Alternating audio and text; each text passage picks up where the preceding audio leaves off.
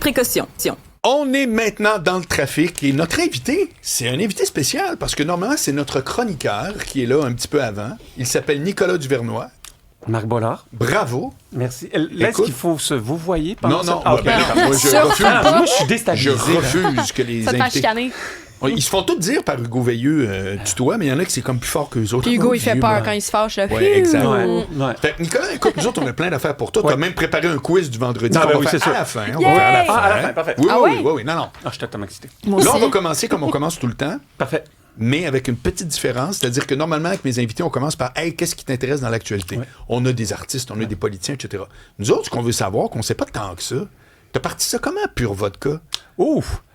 Puis je sais que tu l'as peut-être raconté souvent, mais je te dis, on est trois ici qui connaissent pas tant que ça ton histoire. Je suis vraiment devenu un entrepreneur par erreur, chance, malchance, peu importe. Là. C'est vraiment pas quelque chose que je me disais que je vais devenir quand j'étais jeune. Moi, j'ai fait sport-études, donc j'ai fait basketball. Je croyais que j'allais jouer au basket toute ma vie. Là. Moi, j'avais beaucoup de talent.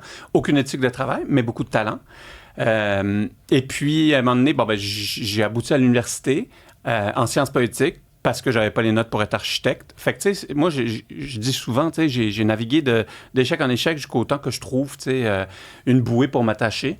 Et puis, c'est à l'université, des études que j'ai adorées, l'Université de Montréal en sciences politiques, mais c'est à l'université que j'ai découvert que c'était possible d'être entrepreneur. Dans le sens où, moi, je savais que c'était possible, là, tu sais, on les voit, les entrepreneurs, mais je croyais qu'il fallait que tu sois riche pour être entrepreneur. Je croyais qu'il fallait que tu prennes la business de tes parents. Tu sais, quand tu entendais en 2002, là, 2003, quand j'étais à l'université, ma première année, t'entendais parler du monde des affaires, c'était Saputo, Jean Coutu, Lise Wattier, Cirque du Soleil, c'était que des méga succès. Ouais. Moi, je lavais les planchers à l'hôpital Sainte-Justine. J'étais content quand j'avais 50$ dans mon compte. Fait que, tu sais, c'était comme ça computait pas, tu sais, d'être Ah ouais, à un l'université, entrepreneur. 50$ dans ton compte? Ah ben ouais, moi, tu sais, j'avais rien. Parce que tu là. dépensais beaucoup ou c'est parce que tu faisais pas beaucoup d'argent? Je faisais pas beaucoup d'argent. Je travaillais peut-être 2 chiffres par semaine parce que, tu sais, je me concentrais quand même à l'école. Je jouais encore beaucoup au basket, fait que, tu sais, à un moment donné. Et puis, un jour, je suis rentré écoute, je me rappelle, Pavillon Jean-Briand, dans une de mes classes, et puis il y avait une revue qui traînait, c'était la revue Commerce. C'était faite par le journal, pas le Journal de Montréal, mais Transcontinental, qui font les affaires. Puis c'est une revue qui parle du monde des affaires, mais d'une manière plus légère. T'sais. Ils vont pas trop... elle n'existe plus, mais c'était des portraits souvent d'entrepreneurs. Et puis, je commence à feuilleter, et puis c'était l'histoire de Cora Déjeuner. Oui. Cora Tsouflidou. Mm-hmm. Et puis j'ai réalisé qu'on avait la même vie. J'ai réalisé que, tu sais, c'était vraiment plus... Tu sais, moi, je suis un chat de ruelle versus un chat pure race, tu sais. Puis, non, mais je dis souvent ça en blague, mais tu sais, moi, une oreille ou deux, pas grave. Tu sais, de la litière, pas besoin. Tu sais, pas besoin d'une croquette vegan au saumon, là, tu sais. Il y a une souris qui traîne quelque part. Fait que, tout ça pour dire que quand j'ai réalisé que tu pouvais te lancer en affaires malgré un portrait... champ gauche, parce que, tu sais, moi, j'ai toujours été un peu plus champ gauche. Déjà, en sport-études, t'es champ gauche, puis j'avais pas nécessairement des bonnes notes, mais j'étais très curieux, fait que j'avais des très belles relations avec mes profs. Fait que, tu sais, j'étais comme... T'étais dans une autre dynamique. C'était pas classique. Non, c'était pas du tout classique, pas du tout. Surtout, moi, j'étais dans le lycée français, parce que, bon, je suis autant québécois que français, là, puis, tu sais, c'était très poussé sur les notes. Il fallait que tu sois avocat, ingénieur ou médecin. Tu sais, moi, il y avait un oiseau qui passait par la fenêtre. C'est ça qui m'intéressait. Ouais. Fait que, ouais, c'était un super beau défi.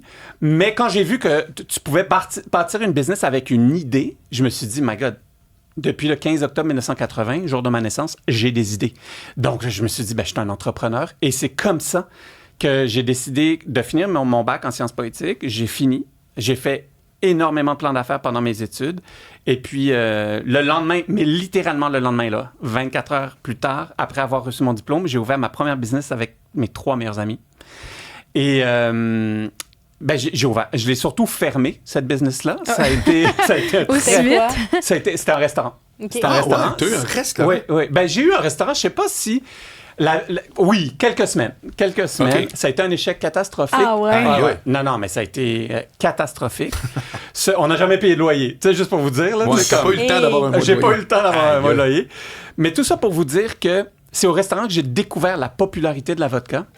Ah bon? Ah, Ouais. ça vient de là. Ben, je me disais, pourquoi ça se fait qu'on se Ouais. donne C'est un resto pour aller, on a plus le C'est soir. un resto-bar, là, tu sais, OK. comme... et puis, au restaurant, on avait des clients, hein, c'était pas le problème, c'était juste on savait pas gérer un restaurant. C'est une gestion très spécifique, avec des très petites marges. Et au restaurant, ben, on passait beaucoup de vodka, puis je revenais pas. Moi, j'allais chaque semaine à SAQ pour acheter de la vodka. J'étais comme, mais là, qu'est-ce qui se passe avec la vodka, tu sais?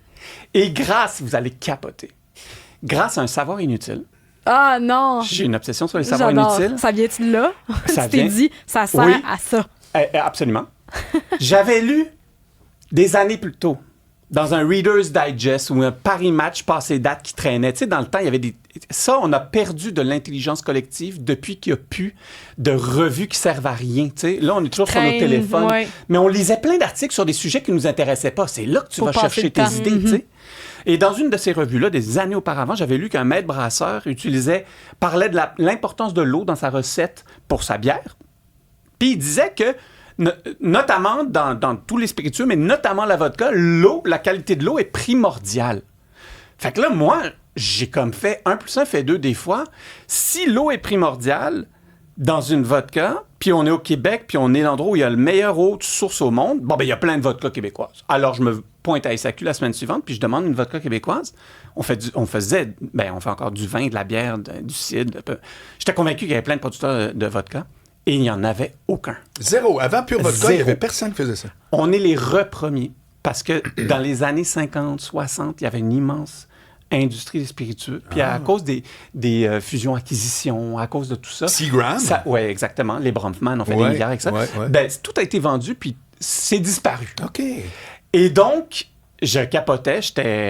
Écoute, la SAQ Laurier-Ouest, là. J'y vais tantôt, d'ailleurs. Ouais. Et je demandais au conseiller en vin qui me conseillait chaque semaine est-ce qu'il pouvait me conseiller une bonne vodka québécoise. Puis il m'a regardé un peu bizarre. Il n'avait jamais eu cette question-là.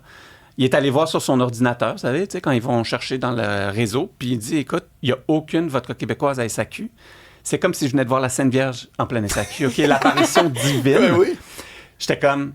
J'ai trouvé mon idée. Ouais. J'avais une idée, puis c'était en train de mourir. Fait que je savais déjà que... Mais tu sais, j'avais toujours des idées. Aujourd'hui, ce matin, tantôt, j'ai des idées, tu sais.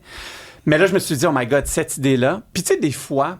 Puis là, ça fait une vingtaine d'années que je suis entrepreneur.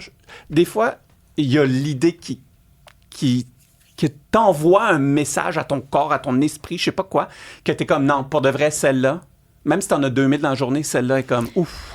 Mais ça va marcher. j'ai une question spécifique, là, je vais le dire ton nom complet pour les gens qui viennent d'arriver. Oui. Nicolas Durand. Oui. Moi, quand tu me dis ça, je me dis 2 choses. Premièrement, est-ce que tu trouves que tu as été chanceux? T'arrives à un moment où là, il n'y a pas de produit. Mais on dirait maintenant, il y a tellement d'affaires, il y a tellement... Est-ce qu'encore tu peux tomber sur quelque chose qui n'existe pas? Mon impression, c'est que de moins en moins. Peut-être que non. Peut-être que je me trompe complètement. Puis l'autre côté, c'est quelqu'un qui veut se partir en entreprise ou qui va peut-être attendre la fameuse illumination, l'idée. Est-ce que ça, c'est un facteur qui fait un facteur qui nous empêche d'avancer, de se motiver en attendant de tomber sur cette affaire-là qui n'existe pas encore et qui, tu sais, l'illumination, on dirait que ça m'arrête. La chance, c'est le meilleur ami du travail, puis c'est la récompense du curieux. On va toujours dire à quelqu'un, il a dû avoir de la chance. Ouais, mais est-ce qu'il t'a posé la question qui s'est posée quand c'était le temps de se la poser? Est-ce que tu as été celui qui se levait quand tout le monde restait assis? Est-ce que tu regardais à gauche quand tout le monde regardait à droite? Tu sais, la chance fait partie d'une multitude de facteurs qui fait en sorte que tu réussisses ou pas en affaires. Si tu t'es lancé le 11 septembre 2001, une compagnie aérienne, t'es dans la merde, t'as eu pas de chance, tu sais. Mais je vous parle souvent un peu du monde des affaires, tu sais.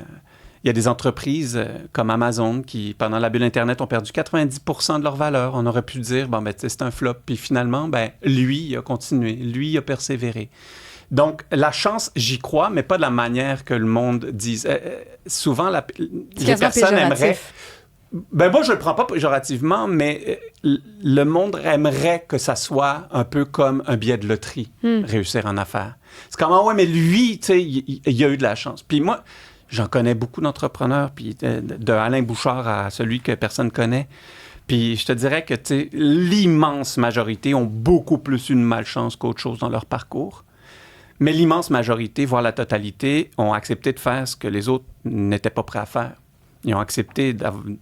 Moi, je l'avais planché la nuit pour m'autofinancer. Caro payais mon loyer, on venait de se rencontrer, puis tu sais, je suis savais que obligé. t'étais un profiteur, je sais. Ouais. En te voyant. Lui, il géolocalise T'sais, sa j'étais blonde. Total. Toi, c'est lui, je combat ce gars-là, moi, non. Mais pour l'autre Donc, affaire, tu qui sais, serait un tout le frein... monde voit aujourd'hui ce qu'ils veulent voir. Ouais. Mais dès qu'on ouvre la bouche puis qu'on parle d'un truc, ils sont comme « Ouais, non, ça, on veut pas le savoir. » Je veux t'entendre sur quelque chose à qui j'ai parlé cette semaine avec Judith Fetzer. Ouais. C'est ma théorie de... J'avais dit qu'elle était bonne, hein? Oui, vraiment. Ouais, c'est vraiment intéressant. Oui, vraiment.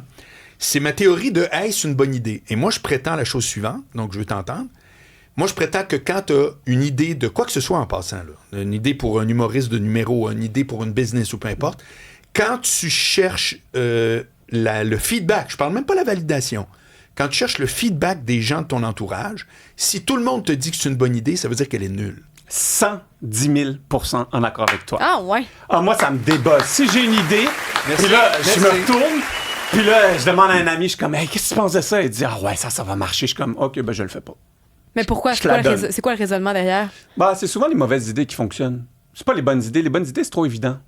Ma théorie, moi, c'est que si je te propose quelque chose puis que tu dis que c'est une bonne idée, ça veut dire qu'elle ressemble déjà à une idée que tu connais. c'est qu'elle a pas rien assez de vraiment innovateur. porteur. Exact. Ouais, mais... Ça casse pas assez le moule du... Tu sais, une bonne idée, en 1902, c'est de trouver une manière que les chevaux aillent plus rapidement. Hey, c'est Henry Ford qui disait ça. Ouais. Mauvaise idée, c'est fuck le cheval. Oh, désolé. Non, mais... Oublie le cheval, on va inventer une bidule Ouais. qui n'existe pas encore Puis là, pour quand aller tu parles plus de ça à vite. quelqu'un, il sait pas de quoi tu parles. Non. Il fait, Ouais, c'est mais bizarre. Non. je, C'est ça, là. je ramène à la vodka. Ouais. Comment est-ce que la première vodka québécoise aurait pu être une ben, que les gens n'ont pas dit ah oui, c'est une bonne idée. Ben moi, alors, pour revenir à ça, quand j'ai commencé à... Dès que je suis rentré chez nous, j'ai commencé à regarder un peu la vodka, puis là, je fais des plans d'affaires. Moi j'y crois au plan d'affaires encore, je suis très plan d'affaires. Et puis, j'essayais de pas trop ébruiter, mais quand même, tu sais, il faut que tu poses des questions. Puis la totalité, voire... outre le monde qui m'aime là, autour de moi, là, mais me disait, t'as aucune chance de la vodka. C'est les Russes qui font ça. Quoi. C'est sûr. Ah Fait que ouais. moi, Non, j'étais mais- comme malade. Marianne pense Génial. c'est Ouais. comme je te disais, hey, pardon, un autre Netflix, ce serait hot, un Ouais. autre Netflix. Oui, mais attends, c'est parce que ça, c'est du déjà vu, mais de la vodka québécoise, Ben, il de n'y en la a vodka, pas. Oui, moi, mais il y en a c'est- mille autres. il y en On a s'en fout, 6 000 les Québécois, marques de c'est vodka. exactement Oui, le point. c'est vrai. c'est La vrai. vodka existe depuis très longtemps. C'est ça. Euh, Tu vas te battre contre Absolute, ouais, tu comprends? contre C'est Grey comme- Goose, contre ci, contre Ouais. ça. Puis j'étais comme, ben parfait, tu sais. Moi, j'aime être un peu le canard. Puis c'est peut-être un défaut de ma vie où moi, j'ai toujours fini où je voulais être, mais jamais par la porte d'entrée. Il fallait toujours qu'il y ait une petite craque quelque part. Il fallait que je rentre par en arrière. Il fallait que je passe par la cheminée. Parce que quand t'es non traditionnel, tu sais, quand t'es juste, tu suis pas un peu là, le moule là, qu'on fait pour s'assurer qu'une société roule plus ou moins bien, c'est difficile, tu sais. C'est difficile, c'est sûr, tu sais.